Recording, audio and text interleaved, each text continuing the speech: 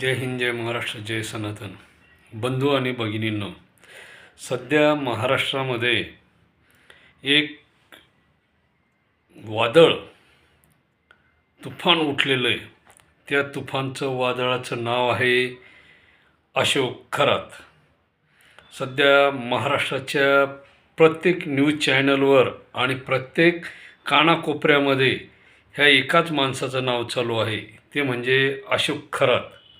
आता अशोक खरात हा मूळचा कुठला, तर नाशिक जिल्ह्यामध्ये सिन्नर तालुक्यामध्ये कहाडळवाडी नावाचे गाव आहे. त्या गावामधला हा अशोक खरात. याचे मूळ नाव लक्ष्मण एकनाथ खरात. याचा जन्म 1 जून 1965 आणि या माणसाने 10वीपर्यंत शिक्षण त्या गावामध्ये घेतलं, वावी गावामध्ये, नाशिक जिल्ह्यामध्ये सिन्नर तालुक्यात. आणि त्या ठिकाणी 10वी नापास झाल्यानंतर हा माणूस गायब झाला असा त्या ठिकाणचा उल्लेख आहे.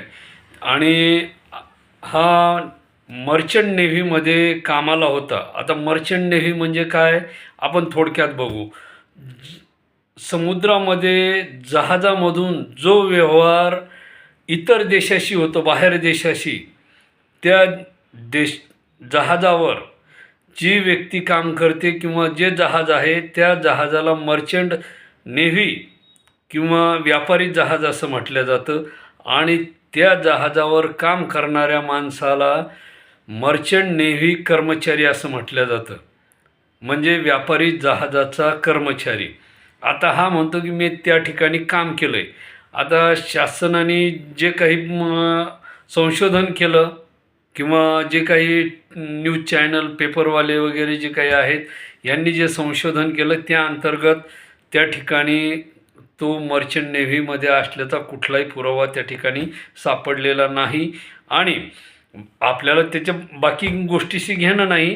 तो काय होता, त्याने काय केलं आहे, तर त्याने जे कृत्य केलं आहे महत्त्वाचं म्हणजे ते कृत्य म्हणजे हिंदू सनातन धर्माला बदनाम करण्याचं काम केलं आहे. ज्या धर्मासाठी छत्रपती संभाजी महाराज यांनी आपल्या प्राणाची आहुती दिली, त्या धर्माचा या अशोक खरात नावाच्या माणसाने काय केलेलं आहे, उच्छाद मांडलेला आहे त्या धर्माचा. काळीमा फासलेली त्या धर्माच्या नावाला. काय केलेलं आहे की त्यांनी छत्रपतींच्या त्या हिंदू धर्माला, त्या सनातन धर्माला त्यांनी काय केलेलं आहे, एक प्रकारचा डाग लावलेला आहे. काय केलेलं आहे की त्यांनी जे काही कृत्य केलं, आता ते कृत्य तुमच्या सगळ्यांच्या समोर आहेच, परंतु या माणसाचं खरं नाव लक्ष्मण एकनाथ खरात असे आहे. यांनी अशोक एकनाथ खरात नावाने कार्य केलं आणि मर्चंट नेव्हीमध्ये कर्मचारी असल्याचा उल्लेख त्या ठिकाणी दाखवला, कॅप्टन असल्याचा उल्लेख दाखवला आहे. परंतु जे काही संशोधन पेपरवाल्यांनी वगैरे केलं, न्यूज चॅनलवाल्यांनी केलं आहे, त्या आधारे त्या ठिकाणी त्यांना कुठल्याही प्रकारचा असा पुरावा सापडला नाही. त्यांनी ज्योतिषशास्त्राचा, अंकशास्त्राचा अभ्यास वगैरे केला आणि त्या आधारे समाजातील भोळ्या भाबड्या सर्वसामान्य लोकांना त्यांनी बळीचा बकरा बनवला. आणि म्हणूनच आपले पूर्वीचे ऋषीमुनी हे ज्ञान सर्वसामान्यापर्यंत जायला हरकत नाही, परंतु अशा चुकीच्या माणसाच्या हाती हे ज्ञान जायला नाही पाहिजे, या उद्देशाने ते सांगत होते की अशा दुराचारी, दुर्बुद्ध, कपटी लोकांना हे ज्ञान जायला नको, असे त्यांचे तत्त्व होते. म्हणून त्यांनी हे ज्ञान लपून ठेवण्याचा प्रयत्न केला होता. ज्योतिषशास्त्र असो, अंकशास्त्र असो, जे संस्कृत ग्रंथ असो, ते ज्ञान लपून ठेवण्याचं काम याचसाठी केलं होतं की एका विचित्र माणसाच्या हाती जर गेलं तर त्याचे दुष्परिणाम होतील, ते सर्व समाजाला भोगावे लागतील. मग त्याच्यामध्ये नाईलाजाने निष्पाप, निष्कलंक महिला, स्त्री, पुरुष जे कोणी असतील आणि सगळ्यात महत्त्वाचं म्हणजे सुशिक्षित शिकलेले लोकसुद्धा याच्यामध्ये अटकलेले आहेत, ते त्याच्यामध्ये गुंतलेत.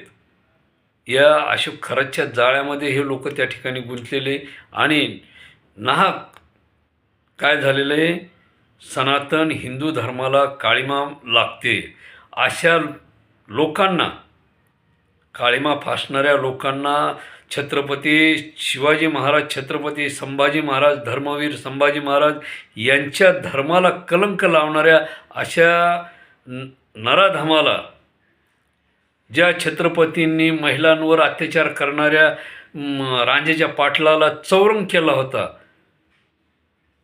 अशा महाराष्ट्रामध्ये अशा लोकांनी असे कृत्य करावे, यांना शासनाने कसं माफ. माझं म्हणणं आहे, जर समजा प्रूफ सापडले, पुरावे सापडले, सगळ्या गोष्टी जर सापडल्या, त्याची आणखी कशाची चौकशी चालू आहे? त्याला ती चौरंगाची शिक्षा का नाही देत शासन? कारण त्यांनी फक्त महाराष्ट्राचाच नाही तर पूर्ण छत्रपती शिवाजी महाराज यांच्या स्वराज्याचा, धर्मवीर संभाजी महाराज यांच्या धर्माचा, पूर्ण भारत मातेचा अपमान केलेला या अशोक खरात नावाच्या माणसाने, उर्फ लक्ष्मण एकनाथ खरात या माणसाने. आणि अशा नराधमांना शिक्षा ही व्हायलाच हवी. म्हणजे आणि त्याला सहकार्य करणारे जे कोणी असतील, मदत करणारे, त्यांनाही शिक्षा व्हायला पाहिजे. जे अधिकारी असतील त्यांना किमान त्यांचे अधिकारी मंत्री वगैरे जे काही असतील त्यांच्या परिवारातल्या सदस्यांना यांचे पद तर जायला पाहिजे, परंतु यांना कायमस्वरूपी सस्पेंड करायला पाहिजे. नुसतं सस्पेंड नाही, कायमस्वरूपी रिटायरमेंट घरी. आणि किमान त्यांच्या वंशजाला 10-10 वर्ष, त्यांची जे नातेवाईक येणारी पूर्ण भविष्यात येणारी जी पिढी आहे त्यांना 10 वर्ष कुठल्याही प्रकारचे पद, शासकीय लाभ देता येऊ नयेत, अशा प्रकारची शिक्षा या लोकांना व्हायला पाहिजे. कारण त्यांनी छत्रपतीचा अपमान केलेला आहे, छत्रपतीच्या स्वराज्याचा अपमान केलेला आहे, धर्मवीर संभाजी महाराजांचा अपमान केलेला आहे. मी तीनदा का सांगतोय की हा इतिहास एक प्रगड असा महान राज्याचा इतिहास आहे. त्या राज्याला काळिमा फासण्याचं काम ह्या अशोक खरातने केलेलं आहे आणि त्याला सहकार्य करणाऱ्या ह्या लोकांनी केलेलं आहे. त्यांना शिक्षा होणं गरजेची आहे. आता तुम्ही टी व्ही चॅनल वगैरे बघत असाल, न्यूज बघत असाल, पेपर वाचत असाल, बघा, तुमच्या लक्षात येईल की किती मोठी लोकांची भावना होणार नाही. आज ही परिस्थिती ऐकल्यानंतर कुठलाही नवरा आपल्या बायकोला मंदिरातसुद्धा जाऊ देणार नाही, कुठल्याही देवाच्या दर्शनाला जाऊ देणार नाही, आणि ती पत्नीसुद्धा आपल्या नवऱ्याला जाऊ देणार नाही. म्हणजे नवरा बायकोवर विश्वास राहणार नाही. या परिस्थितीमुळे ही काळिमा फक्त महाराष्ट्रापुरती मर्यादित नाही, पूर्ण देशाला लागलेला कलंक आहे. तो मिटवण्यासाठी ह्या लोकांना जास्तीत जास्त कठोर शिक्षा होणं गरजेची आहे. कारण हा हिंदू संस्कृतीचा, सनातन संस्कृतीचा सर्वात मोठा अपमान आहे. आणि बंधू आणि भगिनींनो, तुम्ही त्याच्यावर विचार करा, मंथन करा, चर्चा करा आणि होईल तिथपर्यंत आपापल्या परिवाराची काळजी घ्या. कुठल्याही भोंदू बाबाच्या नादी लागू नका. जे असे भोंदूगिरी करणारे वगैरे आहेत अशा लोकांच्या नादी लागू नका. जे खरोखर संत महंत आहे त्यांच्यावर विनाकारण आता अशा कारणामुळे बोट उचलल्या जाऊ शकते, त्यांना गालबोट लागू शकते आणि विनाकारण बळीचा बकरा हे नसलेले लोक बनतील. आणि बंधू आणि भगिनींनो, स्वतःच्या परिवाराची काळजी घ्या. कुठल्याही भोंदू बाबाच्या आपल्या तरुण मुलामुलींची अशी अवस्था होणार नाही जे त्यांच्या नादी लागणार नाही, याची काळजी घ्या. जय हिंद, जय महाराष्ट्र, जय सनातन. धन्यवाद.